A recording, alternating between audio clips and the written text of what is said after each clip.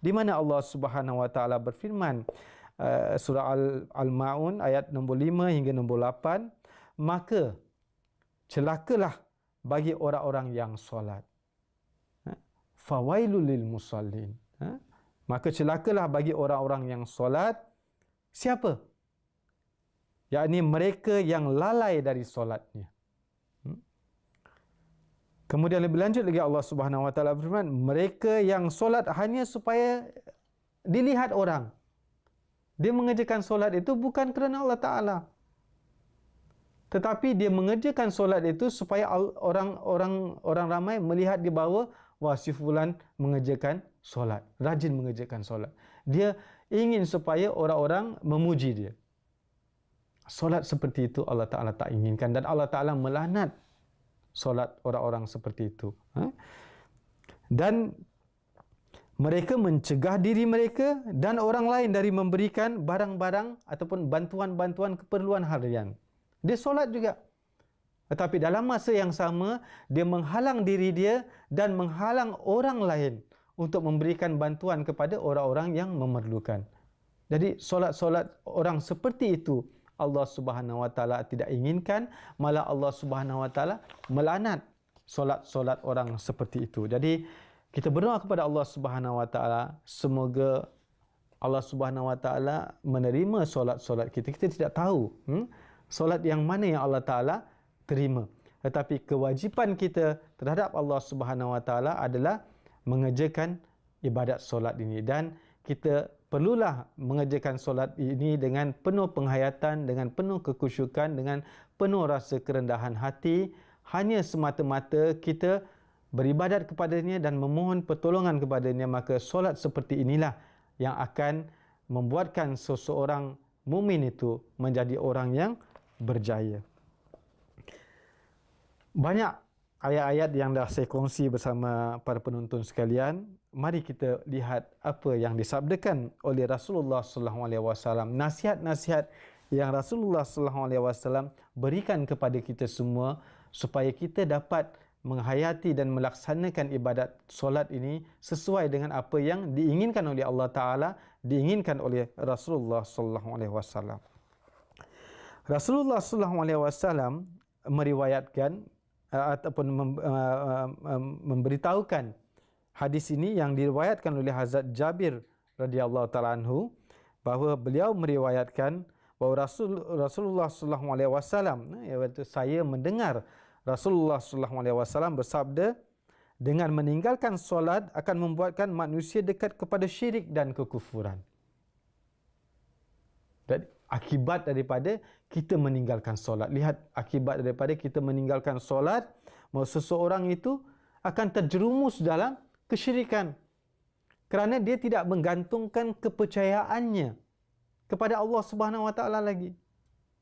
Kerana solat itu merupakan salah satu jalan ataupun sarana untuk kita meminta pertolongan daripada Allah Subhanahu wa taala. Dan apabila kita meninggalkan solat, berarti kita meninggalkan permohonan doa kita kepada Allah Subhanahu wa taala. Dan orang-orang seperti itu dia akan meminta pertolongan daripada wujud-wujud yang lain. Sebab itulah Rasulullah SAW menasihatkan kepada sahabat beliau dan kepada kita semua bahawa dengan meninggalkan solat akan membuatkan manusia dekat kepada syirik dan kekufuran. Kekufuran maksudnya di sini dia akan membuat perbuatan-perbuatan yang melanggar perintah-perintah Allah Subhanahu wa taala. Dia menjadi orang-orang yang ingkar terhadap perintah-perintah Allah Subhanahu wa taala. Nauzubillah, semoga Allah Taala menyelamatkan diri kita daripada keburukan ini, syirik dan kekufuran ini. Dan untuk kita selamat daripada keburukan ini, jangan pernah kita meninggalkan solat kita. Hadis ini diriwayatkan oleh di dalam hadis Muslim, ya. Kemudian dan hadis ini memang selalu kita dengar, banyak penceramah-penceramah kita mengetengahkan hadis ini apabila kita bercakap berkenaan dengan solat, di mana Hazrat Abu Hurairah radhiyallahu taala anhu meriwayatkan bahawa saya mendengar Rasulullah sallallahu alaihi wasallam bersabda, adakah kamu menganggap bahawa jika terdapat sungai yang mengalir di hadapan rumah seseorang dan orang itu mandi di sungai itu 5 kali sehari, maka masih ada kekotoran yang tinggal pada badan orang tersebut. Jadi Rasulullah SAW memberikan contoh ataupun permisalan bahawa ada sebatang sungai yang mengalir di depan rumah kita. Dan dalam satu hari itu kita mandi sebanyak 5 kali. Apakah masih tersisa lagi kotoran dari badan kita ini? Para sahabat berkata, "Ya Rasulullah, sudah tentu tidak. Kerana kita mandi 5 kali. Kita sekarang ni pun, zaman sekarang ini kerana kesibukan, mungkin kita mandi 2 kali saja satu hari. Itu pun kita dah merasa selesa, kita dah merasa bersih. Nak apa lagi? Nasihat Rasulullah SAW ini, kita mandi sebanyak 5 kali dalam satu hari. Apakah masih tertinggal lagi, tersisa lagi kotoran di badan kita?" Sahabat-sahabat mengatakan, sudah tentu tidak. Dah mandi 5 kali sehari, pasti tidak ada lagi kotoran yang tinggal di badan kita. Beliau SAW bersabda, itulah perumpamaan bagi solat 5 waktu. Allah Ta'ala akan mengampunkan dosa-dosa melaluinya dan menjauhkan segala kelemahan dan kekurangan-kekurangan kita. Jadi kalau kita ingin dosa-dosa kita dihapuskan, dicuci oleh Allah Subhanahu Wa Taala dan menjauhkan segala kelemahan-kelemahan dan kekurangan-kekurangan yang terdapat di dalam diri kita, maka Rasulullah SAW memberikan misal di mana kita mandi 5 kali sehari, di mana kita solat 5 kali sehari, maka insya-Allah dengan solat yang penuh dengan penghayatan, dengan penuh dengan kerendahan hati, maka Allah Subhanahu Wa Taala akan membersihkan dosa-dosa kita dan menjauhkan segala kelemahan-kelemahan dan kekurangan-kekurangan yang terdapat di dalam diri kita. Lebih lanjut lagi Rasulullah SAW bersabda, amal seseorang hamba yang pertama kali akan dihisap, akan dihitung oleh Allah Subhanahu Wa Taala pada hari kiamat nanti adalah solat. Jadi sedekah pun tidak, haji pun tidak, puasa pun tidak dihitung oleh Allah Subhanahu Wa Taala pertama kali. Tetapi yang pertama sekali Allah Subhanahu Wa Taala akan menghisap, akan menghitung amalan hamba itu ataupun seseorang itu adalah solatnya. Jika solatnya baik, maka dia telah selamat dan dia telah mendapatkan keselamatan ataupun najat. Dan jika solatnya telah rosak, maka rugilah dia. Kalau seseorang itu tidak jaga solatnya, maka rugilah dia. Jika dalam solat fardunya ada kekurangan, maka Allah berfirman, Allah Ta'ala memberitahukan kepada para malaikat, periksalah apakah hamba-Ku mempunyai amalan-amalan nafal ataupun amalan-amalan sunat ataupun solat-solat sunat. Kalau maka kekurangan dalam solat fardunya dapat menutupi dengan solat-solat nafal ataupun solat-solat sunatnya. Jadi Rasulullah SAW memberitahukan kepada kita semua bahawa amalan yang paling pertama yang Allah Ta'ala akan menghisap adalah solat. Dan kalau solat itu baik, terjaga, terpelihara, maka terselamatlah orang itu, berjayalah orang itu.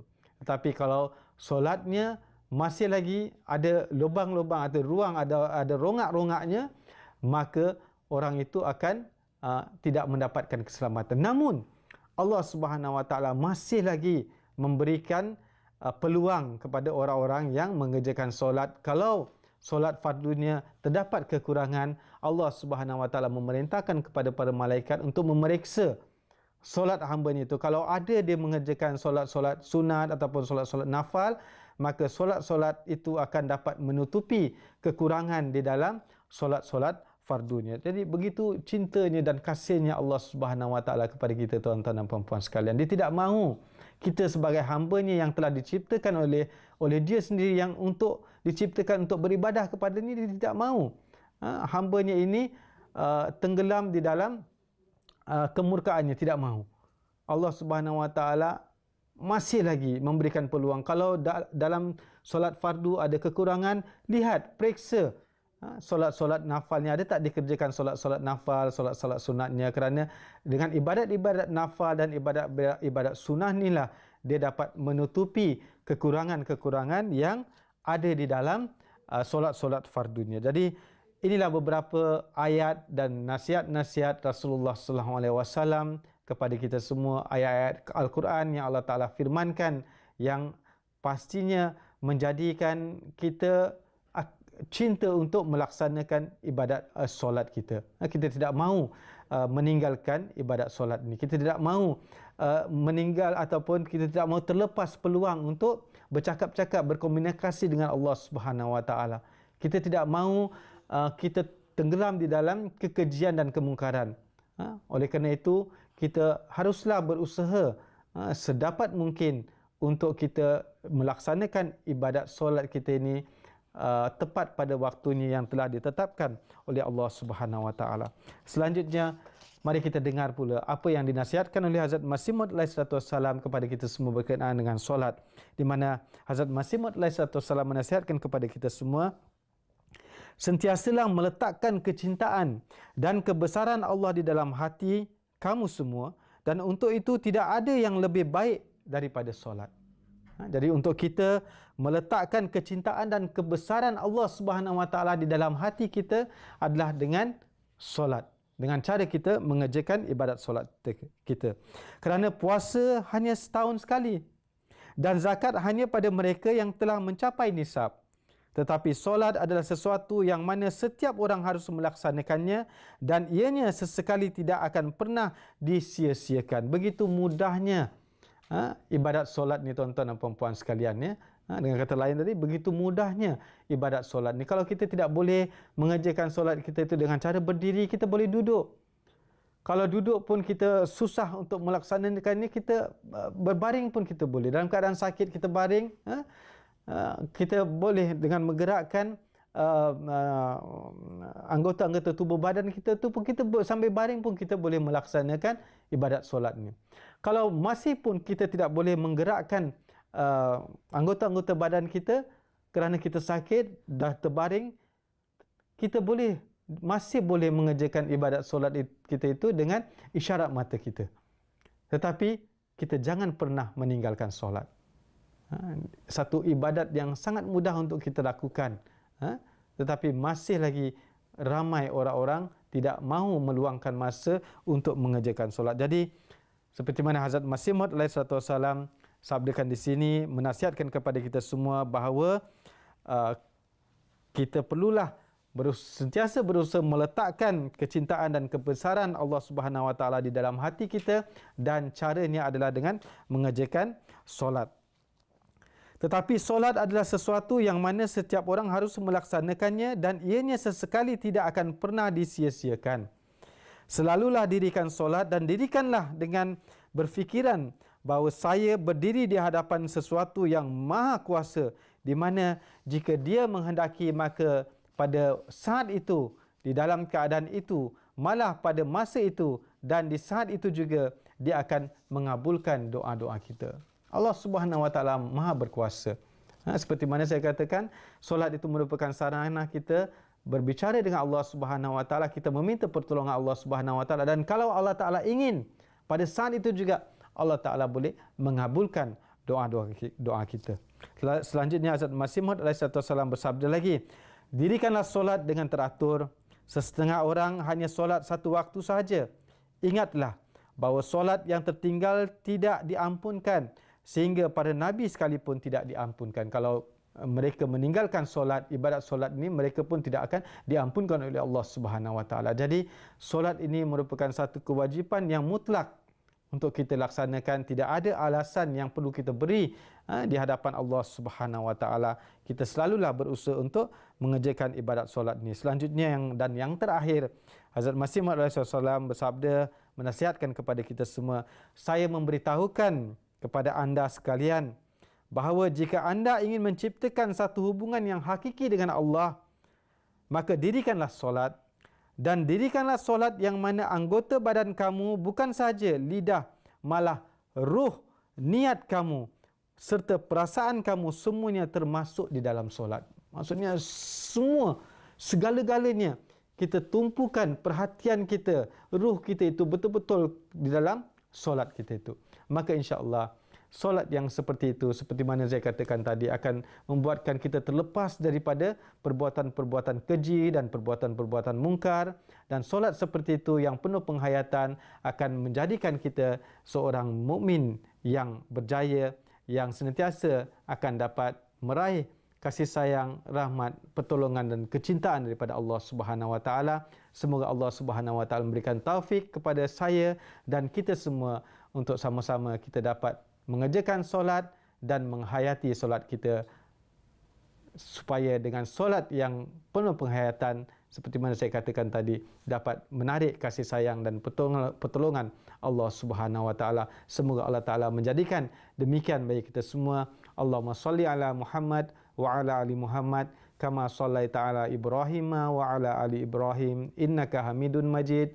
Allahumma barik ala Muhammad wa ala ali Muhammad kama barakta ala Ibrahim wa ala ali Ibrahim innaka Hamidun Majid. Assalamualaikum warahmatullahi wabarakatuh. है दस्त क़िबला नुमा ला इलाहा इल्लल्लाह ला इलाहा इल्लल्लाह ला इलाहा इल्लल्लाह ला इलाहा इल्लल्लाह है दर्द दिल की दवा ला इलाहा इल्लल्लाह ला इलाहा इल्लल्लाह